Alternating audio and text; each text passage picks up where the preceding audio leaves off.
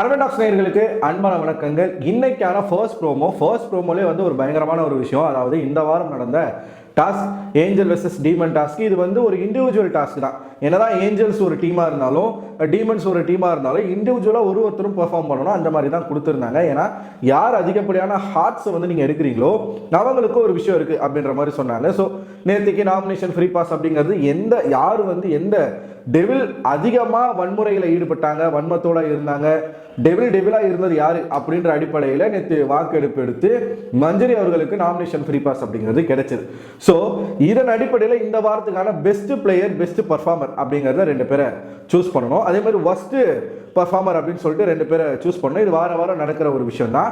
இந்த வாரத்துக்கான best players யார் அப்படிங்கிறத இன்னொரு வீடியோவில் நம்ம பார்ப்போம். அவங்களுக்குள்ள தான் அடுத்த வாரத்துக்கான தலைவர் போட்டி வந்து நடக்க போகுது. அது வந்து கொஞ்சம் நல்ல டஃப்பாக தான் இருக்கும். ஏன்னா பயங்கரமான ஆட்கள் 4 பேர் உள்ளே இருக்காங்க. 4 பேரில் 3 பேர் தான் ஒன்று டம்மி பீஸு இருக்காங்க. இந்த சைடு ஒர்ஸ்ட் பர்ஃபார்மர் அப்படிங்கிற ஒரு கேட்டகரியில் ஒரு 2 பேரை சூஸ் பண்ணோம் இல்லையா. இந்த வாரத்தில் வந்து டெவிலாவும் இல்லாமல் ஏஞ்சலாவும் சரியாக பர்ஃபார்ம் பண்ணாத 2 பேர் யார் அப்படின்னு கேட்டால் எல்லாருக்கும் இருக்கிற ஒரே ஆப்ஷன் வந்து ஜாக்லின் மற்றும் சௌந்தர்யா. ஏன்னா நேற்றுக்கே வந்து அதை முடிவு பண்ணிட்டாங்க. ஜாக்லினை தூக்கி ஜெயிலில் போட்டதாக இருக்கட்டும். அப்புறம் நேற்று ஏஞ்சலாக இருக்கும்போது சௌந்தர்யாவும் ஜாக்லினும் அந்த அளவுக்கு பெருசாக பிரமாதமாக பண்ணலை அப்படின்ற ஒரு எண்ணம் வந்து எல்லாருடைய மனசுக்குள்ளே இருக்குது. ஏன் இந்த மாதிரி வந்து 2 பேரும் ஒட்டுக்கா மாட்டுறாங்க அப்படின்னு பார்த்தீங்கன்னா 2 பேரும் ஒரே டீமில் இருந்தது தப்பு. டீம் மாற்றி போட்டிருந்தாங்கன்னா மேபி வந்து கொஞ்சம் கேம் நல்லா இருந்திருக்கும் நான் நினைக்கிறேன். ஒரே டீமில் இருந்ததுனால இவங்க 2 பேருடைய தாட்ஸும் ஒரே மாதிரி தான் இருந்துச்சு இந்த வாரம் முழுக்க. நான் டெவிலாக இருக்கேன் அப்படின்னா நான் ஃபிசிக்கலாக யாரையும் வந்து ஹார்ம் பண்ண மாட்டேன். அது ஒரு நல்ல ஒரு விஷயமா இருந்தாலும் பேசி ஒருத்தவங்களை ப்ரொவோக் பண்ணணுன்றதுல கூட பெருசாக முயற்சி எடுத்த மாதிரி தெரியல. இவங்க 2 பேரும் நல்லா தான் பண்ணிட்டு இருந்தாங்க. எந்த இடத்துல ஆஃப் ஆகுறாங்க அப்படின்னு பார்த்தீங்கன்னா ஜெஃப்ரியை தர்ஷிகா வந்து பனிஷ் பண்ணும்போது அந்த இடத்துல ஆஃப் ஆனவங்க தான். அதோடு அவங்க எதுவுமே பண்ணல, அழகாக ஒதுங்கிட்டாங்க 2 பேருமே. நாங்கள் யாருக்கிட்டையும் எதுவும் பண்ண மாட்டோம், எங்கேயும் போக மாட்டோம், மெஜாரிட்டியில் எங்களுக்கு வந்து விருப்பம் இல்லை, நாங்கள் இப்படி தான் இருப்போம், ஜெயிலுக்கு போனாலும் பரவாயில்ல, இந்த மோடுக்கு போயிட்டாங்க. ஸோ அந்த இடத்துல டெவிலாக 2 பேருமே தோத்துட்டாங்க. ஏஞ்சலாக இருந்து நீங்கள் ப்ரொவோக் ஆகக்கூடாது, டெவில்ஸ் வந்து உங்களை ப்ரொவோக் பண்ணுவாங்க, ப்ரொவோக் ஆகக்கூடாது அப்படிங்கிற ஒரு விஷயம் இருக்குது. ஆனால் நேற்று இருந்த டெவில்ஸ் வந்து டெவில்ஸாக நடந்துக்கல. அவங்க வந்து சும்மா திரும்பி பார்த்ததுக்கெல்லாம் பேட்சை பிடிங்கிட்டு இருந்தாங்க. ஆனால் அதுலேயும் என்ன ஆகுது அப்படின்னு பார்த்தீங்கன்னா இவங்க வந்து ஏஞ்சலாக இருக்கும்போது அதனோட பெர்ஃபார்மன்ஸை ஒழுங்காக பண்ணாமல் ஒரு பக்கம் சௌந்தர்யா வந்து ஜாக்லின் கோவப்பட்டாங்க அப்படிங்கிறதுல இவங்களும் வெளியில் வந்துட்டாங்க. ஜாக்லினுடைய கோபம் வந்து எதுக்கு கோவப்பட்டோமோ அதுக்கான ரீசனை சொல்லாமல் சம்பந்தமே இல்லாமல் இன்னொரு ரீசனை சொல்லி கடைசி வரைக்கும் அதையே பிடிச்சி ஒரு மாதிரி ஒரு கொலாப்ஸ் பண்ணிட்டாங்க. நேற்று டெவிலாக இருந்தும் கேமை ஸ்பாயில் பண்ணுறாங்க அப்படிங்கிற ஒரு பேர் வந்து அவங்களுக்கு வந்துருச்சு. ஏஞ்சலாக இருந்தும் ஒரு சண்டையை போட்டு ஒரு ராயனை தன்னோட சேர்த்து வச்சு பேசினா அந்த ரீசனுக்காக நான் கோவப்படுறேன் அப்படின்றத வெளிக்காட்டிக்காமல் கெஞ்சிரிங்க அப்படின்னு சொல்லி அதுக்கு ஒரு பெரிய வார்த்தையை ஒன்று போட்டு எல்லாமே என்ன ஆயிடுச்சுன்னா ஜாக்லின் பக்கமே திரும்பிடுச்சு. இந்த வாரமே இந்த 2 பேருக்குமே வந்து நல்லா இல்லை, சரியா இல்லை. 2 பேருடைய ஃபோக்கஸ் 2 பேர் மேலே தான் இந்த வாரம் முழுக்க ஃபோக்கஸ் இருக்கு. ஸோ வீக்கெண்ட்லேயும் விஜய் சேதுபதி இவங்க 2 பேரும் வச்சு செய்வார் அப்படிங்கிறது பார்க்கப்படுது. ஸோ ஃபர்ஸ்ட் பர்ஃபார்மரை செலக்ட் பண்ணுங்க அப்படின்னு சொன்னால் எல்லாரும் முக்கால்வாசி பேர் வந்து அவங்க சொல்கிற பேர் வந்து ஜாக்லின் மற்றும் சௌந்தர்யா. எனக்கு என்ன ஒரு பெரிய வருத்தம் அப்படின்னா இந்த சிறுவண்டு பேசுறதெல்லாம் கேட்குற மாதிரி ஆயிடுச்சு. யார் அந்த சிறுவண்டு? சாச்சனா சிறுவண்டு தான்.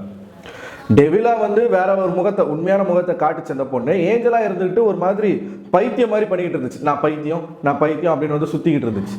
ஸோ இது பேசுறதெல்லாம் கேட்குற நிலைமைக்கு நீங்க வந்துட்டீங்க பார்த்தீங்களா. உங்களுக்கு டாஸ்க்ல நம்ம என்ன பண்ண போறோம் அப்படிங்கிற ஒரு தெளிவு வரணும். இது வந்து நல்லது தான், 2 பேருக்குமே நல்லது தான்.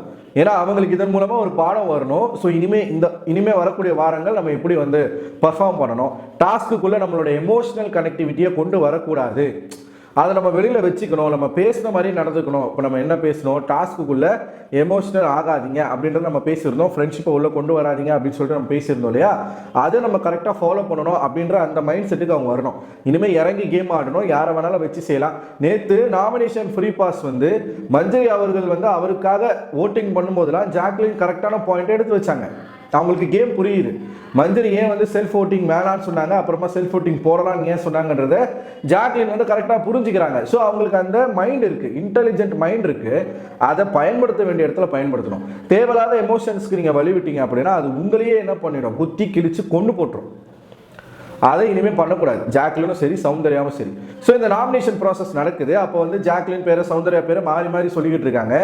ராணுவ வந்து சௌந்தர்யா பேரை சொல்லும்போது சுய புத்தி இருக்கணும் அப்படின்ற மாதிரி சௌந்தர்யா சொல்றாங்க. ஏன் சொல்றாங்கன்னு தெரியல. ஒருவேளை இதுக்கு முன்னாடி யாருன்னா ஒரு காரணம் சொல்லி சௌந்தர்யா பேரை சொல்லியிருப்பாங்க, அதையே அப்படியே காப்பி அடிச்சு ராணுவம் சொல்லியிருப்பார். ராணுவ பொறுத்த வரைக்கும் எந்த ஒரு கேமா இருக்கட்டும், எந்த ஒரு டாஸ்கா இருக்கட்டும், எந்த ஒரு விஷயமா இருக்கட்டும், அடிப்படை புரிதலே இல்லாத ஒரு நபர். நேற்று நீங்க பாத்தீங்கன்னா ஏஞ்சலா இருந்துகிட்டா ஒரு டெவில் மாதிரி நடந்துக்கிறாப்ல. டெவில்ஸை வந்து பர்ஃபார்ம் பண்ண விட மாட்டாரு, ஒரு விதமான ஒரு ஆக்ட் பண்ணிக்கிட்டு இருக்காரு. அது வந்து அப்படி பண்ணீங்கன்னா இன்னொருத்தவங்களால பர்ஃபார்ம் பண்ண முடியாது. இது வந்து இதுவும் ஒரு விதமான ஸ்பாய்லர் தான்.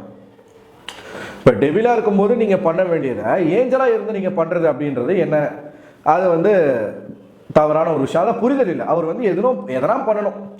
வெளியில நமக்கு கூவுறதுக்கு ஒரு 4 பேர் இருக்காங்க, ட்விட்டரில் ட்விட் போடுறதுக்கு ஒரு 4 பேர் இருக்காங்க. ஸோ அதனால எதனா ஒன்று பண்ணுவோம் அப்படின்ற ஒரு மைண்ட் செட்டில் தான் ராணவ் இருக்கிறாப்புல. அது வந்து நல்லா இல்லை பார்க்குறதுக்கு.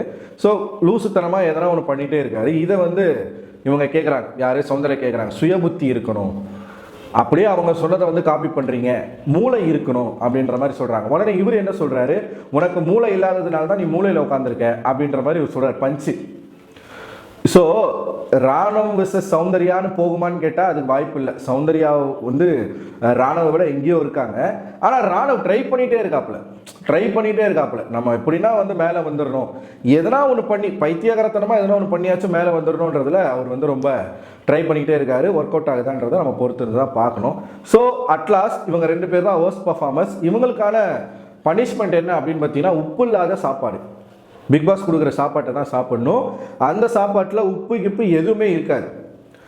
ஏன் எனக்கு கேட்டால் ஏன் அதை கொடுக்குறாரு அப்படின்னா, இனிமேலாச்சும் சொரணை வரணும், நம்ம என்ன பண்ணிட்டு இருக்கோன்ற ஒரு தெளிவு வரணும். உப்பு இல்லாமல் சாப்பிடும்போது தான் உங்களுக்கு தெரியும் நம்ம ஏன் இப்படி நம்ம ஆயிடக்கூடாது, சூடு சொரணையெல்லாம் கொஞ்சம் கிளப்பணும் அப்படிங்கிறதுக்காக உப்பு இல்லாத சாப்பாடு கொடுத்துருக்காரோ அப்படின்ற மாதிரி எனக்கு தோணுது.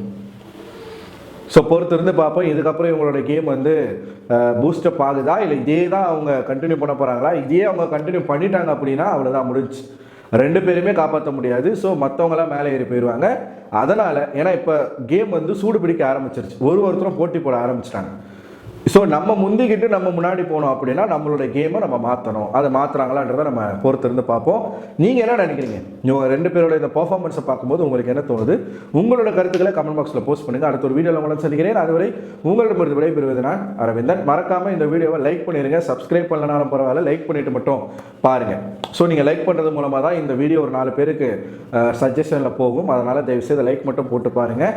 அடுத்த வீடியோவில் உங்களை சந்திக்கிறேன். பாய்.